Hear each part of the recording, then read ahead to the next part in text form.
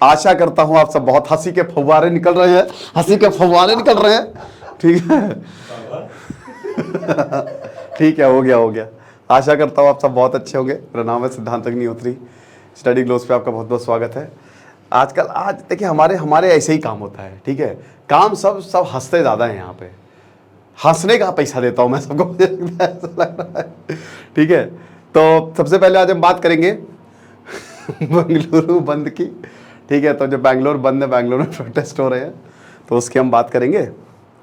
तो अनिल कुंबले दिल खिले 10 विकेट लेने वाले पाकिस्तान के खिलाफ, कल मैच जीत गए भाई। तो बेंगलुरु बंद का असर जो है वो हमको हर जगह देखने को मिला है।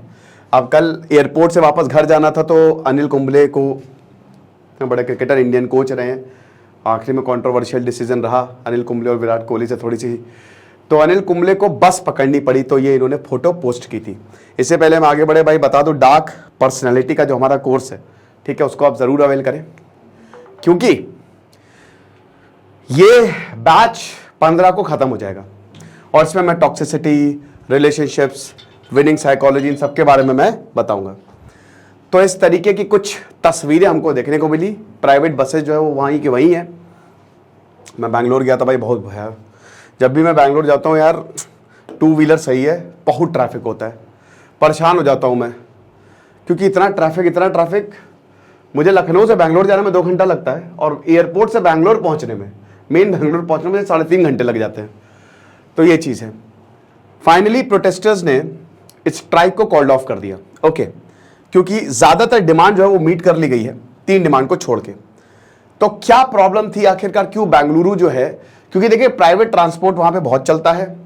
बड़े शहरों में प्राइवेट ट्रांसपोर्ट, जैसे चंडीगढ़ में गया तो वहाँ तो मैंने देखी ही नहीं ऑटो, तो प्राइवेट ट्रांसपोर्ट शेयरिंग नहीं देखा मैंने, तो वहाँ पे प्राइवेट ट्रांसपोर्ट ही आपको लेना पड़ेगा। स्कूल बंद थे, काफ़ी मुश्किल हुई, लोगों को एक जगह से दूसरी जगह जाने में काफ़ी परेशानी हुई।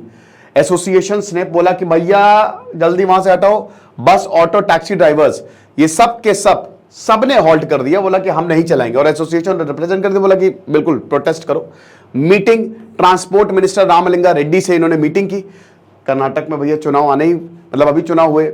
अब उसके बाद उन्होंने वही बोला कि देखो सरकार अपनी डिमांड जो है वो फुलफिल नहीं कर रही है। क्या? प्रोटेस्टर्स को रेड्डी ने एड्रेस किया। उन्होंने बोला देखो, ट्रांसपोर्ट ऑपरेटर्स चाहते हैं कि एक डेवलपमेंट अथॉरिटी बनाई जाए, दिया बना दो डेवलपमेंट अथॉरिटी। वो चाहते हैं कि इंदिरा कैंटीन एयरपोर्ट में बनाई जाए।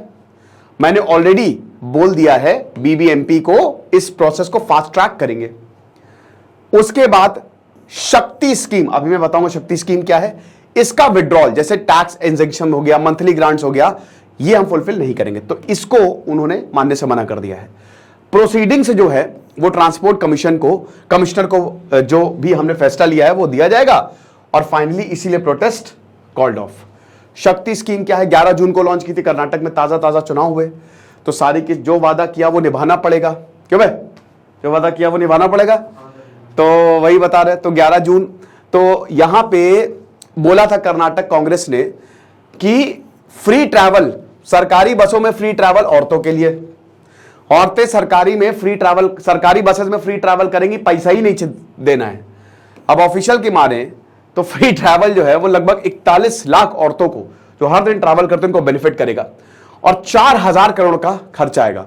मैं बहुत ज्यादा फ्रीबीज के पक्ष में नहीं रहता हूं, क्योंकि इसका इकोनॉमिक कॉस्ट बहुत होता है और वो घूम फिर के हमारे पास ही आता है। तो स्कीम जो है वो औरतों के लिए अवेलेबल होगी, जो कि कर्नाटक में रहती है, with in the state limit. कहीं पे भी स्टेट में जाओ आप फ्री में ट्रैवल कर सकते हो। बहुत बहुत बहुत बहुत बहुत बड़ा फैसला। अब चीफ मिनिस्टर और deputy chief minister DK Shivakumar, transport minister Ramalinga Reddy ने विधानसभा में ये बातें बोली, बहुत ज्यादा जरूरी है। प्रोटेस्टर्स ने बोला बस बंद करो सब। 32 प्राइवेट ट्रांसपोर्ट यूनियन ने प्रोटेस्ट किया। फ्रीडम पार्क जो सबसे इंपॉर्टेंट एरिया है यहां का, कई जगह हमको पत्थर फेंकने की भी जो घटना है वो सामने देखने को मिली। फेडरेशंस में बस, ऑटो, टैक्सी ड्राइवर सबके सब थे। डिमांड्स क्या थी, क्या डिमांड बोली जितने जो ऑर्गेनाइजेशन थी, और सरकार ने कौन कौन सी डिमांड मानी? तो चलो 3 डिमांड को छोड़ के सारी डिमांडें मान ली गई हैं। तो सबसे पहले तो ऑटो रिक्शा ने बोला कि भाई देखो हमको 10,000 हर महीने दो। ऑटो रिक्शा ड्राइवर ने बोला अगर आप ऐसी स्कीम ला रहे हो। सरकार ने क्या बोला, 3,64,192 ऑटो रिक्शा ड्राइवर्स हैं जिनको 10,000 अगर हर महीने दिया जाएगा तो सरकार का खर्चा 4,370 करोड़ यानी कि इतने रुपए की इनको जरूरत पड़ेगी। बंद के बाद सरकार इस डिमांड पे एग्री नहीं की है कि ना भैया नो इस पे हम एग्री नहीं करेंगे। अगला, एक कॉरपोरेशन बनाओ। ये सब और बहुत चीजें अनऑर्गेनाइज सेक्टर में आती है। ऑटो रिक्शा भी कई बार क्या भारत में खाली 10% ऑर्गेनाइज सेक्टर है, बाकी 90% तो अनऑर्गेनाइज्ड है। तो एक अनऑर्गेनाइज्ड कमर्शियल ड्राइवर्स के लिए कॉरपोरेशन बनाओ, ये इनकी मांग थी। और ट्रांसपोर्ट डेवलपमेंट कॉरपोरेशन बनाओ, ये मांग ली है। सरकार ने बोला देखो हमने आपको पहले ही बोला है कि जो ड्राइवर्स उनको हम हेल्थ फैसिलिटीज देंगे उनके परिवारों को भी पूरा ये मदद मिलेगी। ये 2023 का हमारा पहले से हमने बोल के रखा था, मैनिफेस्टो था। डिस्कशंस हुए चीफ मिनिस्टर के साथ और कर्नाटक कांग्रेस ने ये डिसाइड किया कि बिल्कुल हम कॉर्पोरेशन स्टैब्लिश करेंगे। तो ये बहुत बड़ी डिमांड मान ली गई। फिर उसके बाद नया कैब एग्रीगेटर ऐप लेके आओ, ठीक है। जैसे ओला और उबर है ना, सरकार ओला उबर की तरह एक अपना ऐप निकाले, एग्रीगेटर ऐप, ठीक है, जिसमें हमको काम मिले। सरकार ने बोला कि मीटिंग्स हुई हैं और टेक्निकल रिपोर्ट इस पे मांगी है और इस पे भी आप पॉजिटिव रहिए। उसके बाद जो कि हमने बताया कि इंदिरा कैंटीन खोली जाए बंगलुरु कंपेगौड़ा इंटरनेशनल एयरपोर्ट के पास, क्योंकि देखिए एयरपोर्ट के पास खाना बहुत महंगा, तो कैब ड्राइवर्स वहां पे खाना लोअर कॉस्ट पे ले सके। सरकार ने क्या बोला है, 4,000 से 5,000 कैब ड्राइवर्स हैं लगातार एयरपोर्ट पे, क्योंकि बैंगलोर है, एयरपोर्ट पे बहुत ज्यादा रश रहता है। एयरपोर्ट वहां का बस अड्डा लगता है, इतना ज्यादा रश रहता है। तो चीफ कमिश्नर ने यही बोला है कि बिल्कुल टेंशन लेने की जरूरत नहीं है, इस पे भी आप पॉजिटिव रहिए कि हमने हालांकि इस पे ऑलरेडी चलाई जाती हैं, ऐसा नहीं है कैंटीन्स। तो ये टैक्सी ड्राइवर्स और ओनर्स एसोसिएशन। अगला 9% जो टैक्स इंपोज हुआ है, ठीक है, देखिए 9% लाइफ टाइम टैक्स इंपोज हुआ है जो कि 10 से 15 लाख व्हीकल्स, उसको इंप्लीमेंट करो। अगर जैसे मान लीजिए कि जैसे अगर 15 से 20 लाख, ठीक है, यहां पे जो व्हीकल की वर्थ है, ठीक है, तो उस पे 9% लाइफ टाइम टैक्स जो है वो इंपोज करो, ठीक है, जो कि लगभग 10 से 15 लाख रुपए होगा। सरकार ने बोला है कि भाई देखो ऐसा बिल्कुल भी नहीं है, ये हम नहीं करेंगे, समझ रहे हो। द 9% लाइफ टाइम, अरे यार ये हम नहीं हटाएंगे। तो जो 9% लाइफ टाइम टैक्स लगाया था सरकार ने, ना ये हम इसको विड्रॉ जो है वो नहीं करेंगे। ओके, फिर उसके बाद ड्राइवर्स को सब्सिडी दो ताकि नई कार्स यानी कि कार सस्ती में वो खरीद सके। सरकार ने बोला कि ऑलरेडी एग्जिस्टिंग स्कीम्स हैं, कंपनीज द्वारा ये चलाई जाती हैं, आपको सब्सिडी ऑलरेडी मिलती है। अगर कोई स्पेसिफिक सजेशन होगा तो सरकार इसके देखेगी, इस पे भी आप पॉजिटिव रहे। फिर उसके बाद जो ड्राइवर्स, जो बच्चे हैं ड्राइवर्स के, उनको स्टूडेंट स्कॉलरशिप दो। सरकार का रिस्पॉन्स बोला है, विद्या निधि स्कीम ऑलरेडी चल रही है 8 नवंबर 2022 से। ये येलो बोर्ड ड्राइवर जो हैं, ठीक है, जैसे ही वो क्लास 12, क्लास 10 जो है, क्लास 10 को पास करते हैं, ऑलरेडी हम उनको पैसा देते हैं।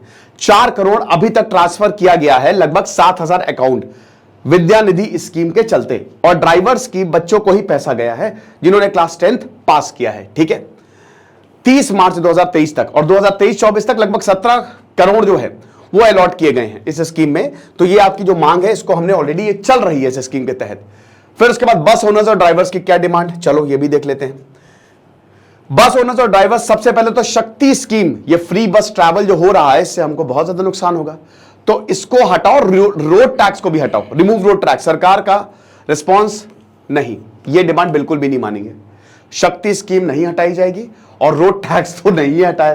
टोल पे मैं देखता हूं, टोल पे अबे 40, 50, 100 रुपए के लिए लोग टोल को तोड़ के चले जा रहे हैं, वहां हाथापाई कर रहे हैं, मारपीट कर रहे हैं।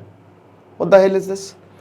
रोड टैक्स को रिड्यूस करो। जो टूरिस्ट, ठीक है, टूरिस्ट पे देखो, एक इसमें क्या होता है ना, जैसे मैंने देखा नैनीताल में जब मैं गया, और इसको सरकार को संज्ञान लेना चाहिए, वहां पे स्टेशन के बाहर पर्ची काट रहे हैं कि 30 रुपए आपको देना है।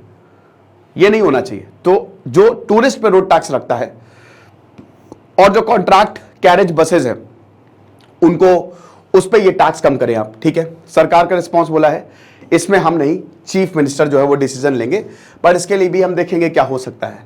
फिर उसके बाद भाई कलासी पल्लम में जो प्राइवेट बस स्टैंड है वहां पे एक एंट्रेंस फी लगती है। एक प्राइवेट बस स्टैंड है, वहां पे एंट्रेंस फी लगनी है, तो उसको जो है आप कम करिए। हम हटाने को नहीं कह रहे, आप कम करिए। सरकार ने बोला है कि ठीक है 50 रुपए हर दिन एक बस का लिया जाएगा, जो भी कलासीपयम बस स्टैंड आएगा। ये मेन बस स्टैंड है यहां का, one of the main bus stand है, ठीक है। अब वो कौन से केसेस हैं जो कोर्ट में पेंडिंग है, इसको भी हम देख लेते हैं। सबसे पहले तो रैपिडो, भाई देखो यार बाइक एग्रीगेटर, अब रैपिडो जो है यार मतलब बहुत बढ़िया है यार, अब इसको तो बैन नहीं करना चाहिए। मैं गुवाहाटी गया था तो मैंने रैपिडो का बहुत फायदा उठाया था। बढ़िया यार, सस्ते में टू व्हीलर पे आप कहीं पे भी जा सकते हो, बट यहां पे ये बोला है, ये पेंडिंग है कि आप रैपिडो को बैन करिए। क्योंकि देखिए अब एक है तो सही है, बहुत सही रहता है। मतलब जैसे मुझे बहुत ज्यादा अगर कार में बैठूं मैं तो मुझे मोशन सिकनेस होने लगती है, तो इसीलिए मैं टू व्हीलर ज्यादा प्रेफर करता हूं। मैं अपनी बात बता रहा हूं, ये तो डिसीजन जो है वो कोर्ट के सामने पेंडिंग है। उसके बाद ओला उबर जो है, जो ऑलरेडी 5% कमीशन ले रही है, बैन। आपको पता ही है कि जो पूरा पैसा ड्राइवर को नहीं मिलता, उसमें कमीशन कटता है। फिर उसके बाद ओला उबर के खिलाफ एक्शन लो, क्योंकि कस्टमर से उल्टा सीधा प्राइस जो है वो चार्ज करते हैं। कई बार मेरे साथ ऐसा हुआ है, ठीक है, ओला उबर के साथ। हालांकि मैं आपको यही बोलूंगा कि जैसे कई बार कहते हैं ड्राइवर, आप अगर आप ओला उबर से करवा रहे हो तो ड्राइवर कहते हो कैंसिल कर दो, तो ये आप मत किया करिए, ठीक है, क्योंकि फिर उनकी जिम्मेदारी खत्म हो जाती है। तो कल को कोई अनहोनी हुई, हर ड्राइवर ऐसा नहीं होता, बट हो सकता है कोई एक आध अगर मान लो गड़बड़ निकला, तो कल को कोई अनहोनी हुई, तो इसीलिए जो ड्राइव हो कैंसिल ना करिए। बाकी डिमांड्स देख लेते हैं, और क्या डिमांड्स थी। सबसे पहले तो police action against finance companies और बैंक्स जो कि जबरदस्ती हमारे व्हीकल्स को सीज कर रहे हैं। आई होप जवान में सबने देखी ली होगी। तो जवान में पहला सीन क्या, किसान जो है, किसान 4,000 कर्जे के लिए, ठीक है, 40,000 रुपए के लिए बैंक वाला आता है, किसान को मारता है बहुत। तो यहां पे यही बोला है कि जो हमारे व्हीकल्स को सीज किया जाता है इलीगली, तो जो कंपनीज हैं और जो बैंक्स हैं उनके खिलाफ पुलिस का एक्शन होना चाहिए। सरकार का क्या रिस्पॉन्स है, ये हमारा मैटर नहीं है, फाइनेंस का मैटर है। अगर कोई स्पेसिफिक सजेशंस आएंगे तो हम इस पे ध्यान देंगे। अगला, जोमैटो और स्विगी डिलीवरी एग्जीक्यूटिव पे एक्शन लिया जाए ट्रैफिक वायलेशंस के लिए। भाई इनको टाइम पे डिलीवरी कंप्लीट करनी होती है, मैंने खुद देखा है, इधर उधर से भगा भगू के। एक तो भाई ई रिक्शा, अरे बाप रे, ये भाई मुझे लगता है ये अपने रिक्शा को एयरक्राफ्ट समझते हैं, ये प्लेन से कम नहीं है, कहीं पे भी मोड़ देते हैं भाई। तो एक तो ये सरकार ने बोला है कि भाई ऑलरेडी 50 केसेस हमने रजिस्टर किए हैं स्विगी और जोमैटो के लिए मोटर व्हीकल एक्ट के तहत। आप इसकी चिंता ना करें, अगर वो तोड़ेंगे कानून तो हम उनके ऊपर फिर अच्छा आगे ई रिक्शा को बैन करो, ठीक है, जो डायरेक्ट रजिस्ट्रेशन होते हैं उनको बैन करो। रैपिडो, ओला, उबर और बाकी ऑनलाइन प्लेटफॉर्म्स ये डायरेक्ट रिजर्वेशन ई रिक्शा का करवाती हैं। और आपको पता है इन सब में ई रिक्शा भी चलते हैं। सरकार का रिस्पॉन्स ये है कि देखो जिनका ड्राइविंग लाइसेंस है उन्हीं को ही व्हीकल रजिस्ट्रेशन दिया जाता है, ऐसे किसी को भी व्हीकल रजिस्ट्रेशन नहीं दिया जाता है। तो ये कुछ डिमांड्स थी, मैक्सिमम डिमांड्स मान ली गई है या फिर बोला है कि इसमें ऑलरेडी स्कीम चल रही है। कुछ डिमांड्स जो इंपॉर्टेंट थी, जो सरकार ने वादा किया था, वो नहीं मानी गई है। तो ठीक है, अच्छा है भाई, अब फाइनली प्रोटेस्ट जो है that has been called off, और जरूरी था ये। तो ये लेक्चर था, आई होप आपको समझ में आया होगा। बाकी मिलते हैं, बाकी आप हमारे डार्क पर्सनालिटी का कोर्स जो है वो जरूर अवेल करें। Thank you so much.